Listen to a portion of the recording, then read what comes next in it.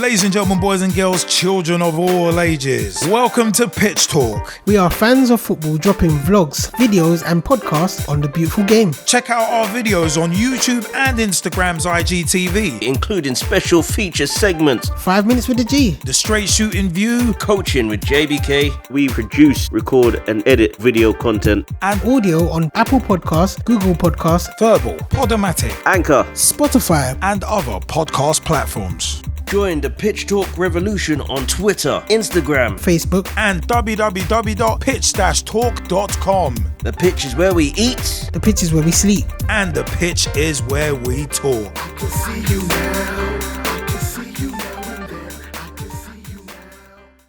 Welcome to Coaching with JBK. Welcome. It's yours truly, JBK, with a special segment based on the contracts in women's football on maternity pay and how that affects the women's game going forward. Something that you definitely do not want to miss out. This is a segment that I've been looking forward to talking about, and not just because it's within the women's game, but just so that we start to see the rise in equality, not just on the field, but definitely off it as well. Hopefully, this one will be a special segment that you guys will enjoy. So we're talking about in the FA, they have now agreed to put 2 new stipulations in a women's contract, and I could not be more happier. So let's get to it. So as of the 28th of January 2022, we are talking about professional female footballers who live in England are about to benefit from maternity and long-term sickness cover in a landmark change to their contracts. Now, this is amazing, and the reason for this is there could be certain injuries that happen to women that we are not adverse to. So we're talking about ACL injuries, we're talking about neck injuries, we're talking about things that keep a player out for more than a season, possibly longer than the season.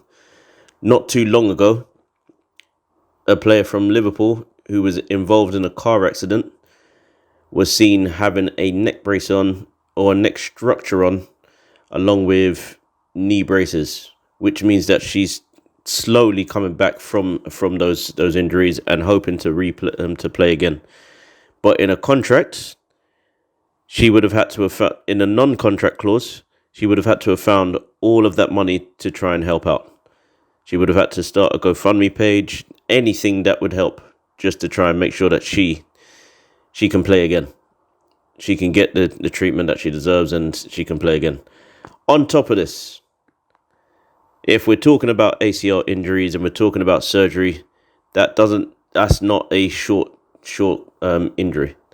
So within the new contract, and as stated, within the new contract, maternity pay, you will receive up to 14 weeks of your normal basic pay. Whatever you receive from your club, that's what you'll receive as a player. After that, it will go back to basic pay, the basic pay, which is the statutory pay for all players going forward. And that's on that side. With the long-term sickness, it runs for 18 months on the pay that you receive from your club. It used to be that you needed to be with the club for pretty much half a year, for at least 6 months, before you gain your statutory sick pay.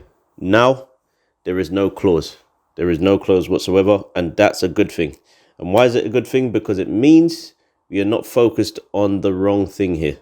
We're not focused on, oh, well, she hasn't been at the club for 6 months, or she got an injury within her first game of the season. No, it means that you're going to support her financially so that there is an insurance pay.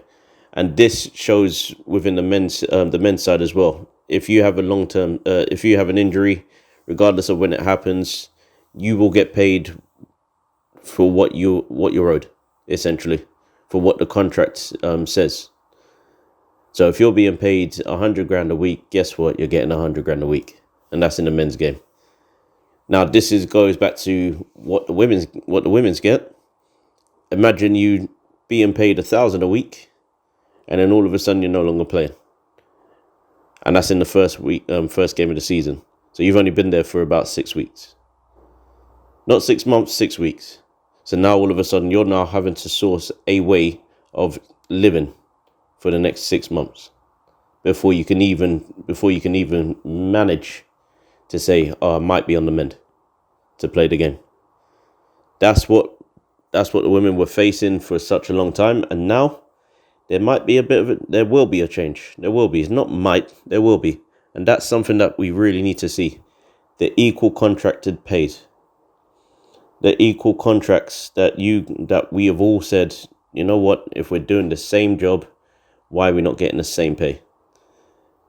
Make sure that's something that's looking good on the club. And not only that, but you're also saying, you know what, if I'm at Manchester United, Ella Toone will look just as it will look very good on Ella Toone's contract the way it does on Cristiano Ronaldo's contract, where yes, there might be sponsorships between the two of them, but guess what? On the main contract itself, you're both getting the same amount. That's what you're looking at. Sponsorships out the question. Not a question about that. When we're talking about all the other stuff that comes around, whether a person can market themselves right, don't worry about that. I'm talking about the contract itself. And the contract should state, guess what? Ella Toone's receiving the same amount of pay as Cristiano Ronaldo. Probably an oversight in terms of who are put in the same category there. But I'm hoping that everybody understands where I'm going with that. I'm hoping everybody understands. If somebody's receiving 250 grand, maybe the same can be done on the other side, or just weigh it out. Just make it short and just balance it out. Just to say, okay, it might not be 250 grand. It might not even be 500 grand. Just go with the fact that, okay, well, you're both playing the same amount of games, or not even the same amount of games. You're both playing the same amount of games throughout the season. You've also got the same amount of matches to travel to. At the moment, that's not the case. Hopefully it gets to that. But you're also playing for the same club. So at some point, that needs to show up on the same side. Is you're both playing for the same club. You may not be playing the same amount of games at the moment. We're working towards that. You may not have had the same injuries as each other. We're working towards that. We're working to make sure that you don't have the same injuries, that you have all the help as much as you can throughout the rest of your career. And that's it. That is literally it. Just making sure that there's a basic pay between both men and women of equal pay. Lewis being one of the clubs that have done this, and possibly the first, Norway being the first national team to do it. And now you're starting to see that both men's and women's football are being taken seriously. After the ban in this country for so long in England, and now all of a sudden we're getting a lot of players coming through. We're now starting to see what it really means to give people rights and opportunities of equal value. So let it be known about this contract that it's really going to give a lot of people the direction that it needs.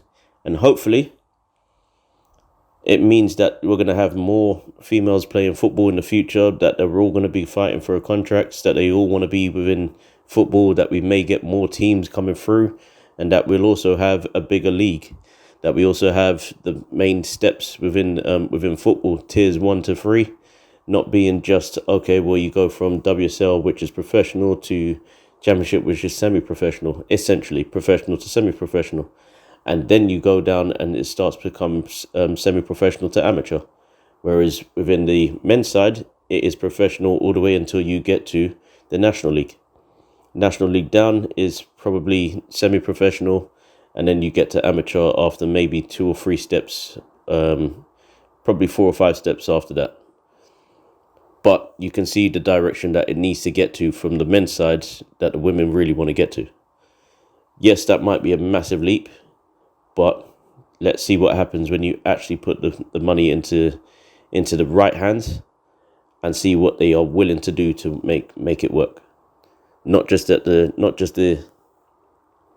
players, but also the clubs themselves. And now to throw over to my guest and fellow co-host, SSLJA. What is up, JBK? And thank you for having me on this edition of Coaching with JBK. It's one of them ones, man. Guesting on. I'm proud to be doing it. And you know what? Yeah, I am actually proud to be talking about this point, especially because the maternity cover for female players, the FA and the PFA agreeing 3 significant policy changes to contracts in the women's game related to maternity provision, injury and illness, and termination of long-term injury. I mean, Sunderland Central MP Julie Elliott saying it's a massive step forward for the status of women's footballers. Yes, it's massive. Oh my God, it is absolutely massive. I mean, players in the English women's game being guaranteed maternity cover, just that alone is massive. Because I look at it like this: no woman should ever have to choose between being a mother and her career, whether it be football, whether it be like in just regular life. You shouldn't ever have to make that choice. It's a very unfair choice to have to make, because you look at us as men, we don't have to make that choice. And there's the old thing, all right, yeah, men rule the world. But men shouldn't be dictating to women that they should have to make that choice. And they shouldn't be forced to. Because it's not fair. Because without women being able to have kids, well, we as men can't have kids, can we? So if you force all the women in the world, it's like, well, where are these kids coming from then? It's like it's like men are not as nurturing on a general basis as women. So who's going to nurture the young boys and girls coming up? The sons, the daughters, the nieces, the nephews, the grandkids. Who's going to nurture? So it's one of them where it's like there's so much to that. And these changes are just tremendous. And I mean, I'm not just saying it because I've got daughters and I'd love for them to get in the game. And if they get in the game, I want them to have the same opportunities that the male side have. It's not even just that. As I said, no woman should have to choose between having a career in something that they love and having a baby and starting a family. You should be able to do both. You really should. And it's one of them ones, you got certain entities, you got certain like retail entities who make it hard to do both. And it's like, dude, what are you doing? So football, if football's so diverse and so inclusive, then number one, it shouldn't have taken this long to come to that decision. But number two, it shouldn't even be a decision to be made. There is still a long way to go in terms of equality between the two games, as I've talked about before with the FA Cup stuff and the prize money. But the fact of the matter is, it is a massive, massive step forward in terms of leveling the playing field and making sure that maternity rights are not just there, but they are actually being upheld. They are being put on a pedestal. And it is one of them ones where it's like long-term sickness cover as well. I mean, at the end of the day, it only covers the Women's Super League and the Championship. Okay, fair play. But it's a start. And that can be later on expanded into more leagues as the money in the game grows. Sadly, it always does come back to money, but it's a growing game. So, of course, there's a lot of work that's been done, a lot more that needs to be done. But it is one of them ones you do. I mean, as has been said, you do have to pay tribute to those who have paved the way and those who have fought and kicked and scratched and bit and tried to make this happen as well. So, I mean, if you're ill long term, yeah, cool. It's one of them ones, like, as a responsible company, because remember, football clubs are businesses, so they should run just like I said with the furlough scheme, where Tottenham, Arsenal, Liverpool, a couple of other sides were trying to get some of that money. It's like, yeah, it's a legitimate business entitlement. So if you are running your club like a business, you should be held to the same standard as other businesses, and women should get maternity leave because that is a legitimate business entitlement. So it's one of them where it's like, this should have been done a long time ago, but at least it's being done now. And it's got to be one of them ones where it's got to be put in place for any woman who wants to play football, especially at a professional level.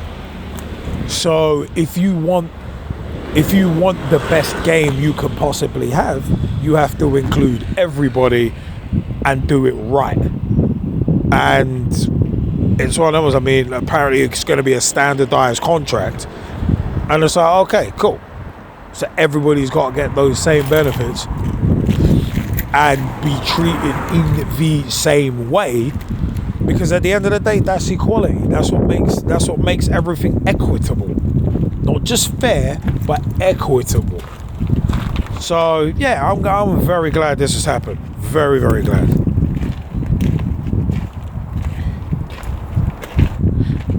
I'm glad also as well.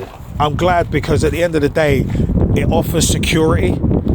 The long-term injury bit and also the maternity bit as well, both of them together, it's one of them where it's like, it offers security. So you ain't got to be worried as a woman, oh, am I going to lose my job if I go off and have a baby for 9 months or a year, all told? If I go and have a baby and look after my baby, am I going to get booted? If I have a long-term sickness or a long-term injury, am I going to get booted? And most of the time it's getting booted because of money. It's like, am I going to get booted because my club that can't afford it? It's like, no. There needs to be stuff put in place so the businesses are sustainable enough to be able to afford it. And give the employees, because as I said on my vlog about Mo Salah and the contract negotiations, footballers are employees. They're on the payroll. They are on the payroll, so you got to sign contracts, you're on the payroll. So it's got to go both ways. It can't just go one way and be all unfair. Really can't. But yeah, I'm glad that this standardized contract looks like it's coming in to give that cover for long-term sickness and also maternity cover as well. It's great stuff. So what did you think of this one? This one is all about the maternity pay and how it affects going forward women's right to receive pay beyond their time playing away from football and just taking time out to build a family, essentially. Build a family. Do you think it's right? Do you think there should be more being put into the contract? Do you think this is just a stepping stone into equality? Or should this have been in the game from a long time ago? Find us on YouTube, Spotify, Podomatic, Verbal, and all other outlets. And hopefully you'll get the chance to hear exactly, not just my opinion, but the opinions of others, and maybe interact whilst you can. By all means, have your say, but make sure we keep it pitch talk. Yours truly is about to go. I'm out. Peace. Join the Pitch Talk revolution. Check out the official Pitch Talk website, www.pitch-talk.com. Ladies and gentlemen, boys and girls, children of all ages, welcome to Pitch Talk. We are fans of football dropping vlogs, videos and podcasts on the beautiful game. Check out our videos on YouTube and Instagram's IGTV, including special feature segments, 5 minutes with the G, the straight shooting view, coaching with JBK. We produce, record and edit video content, and audio on Apple Podcasts, Google Podcasts, Verbal, Podomatic, Anchor, Spotify and other podcast platforms. Join the Pitch Talk revolution on Twitter, Instagram, Facebook, and www.pitch-talk.com. The pitch is where we eat. The pitch is where we sleep. And the pitch is where we talk. I can see you now.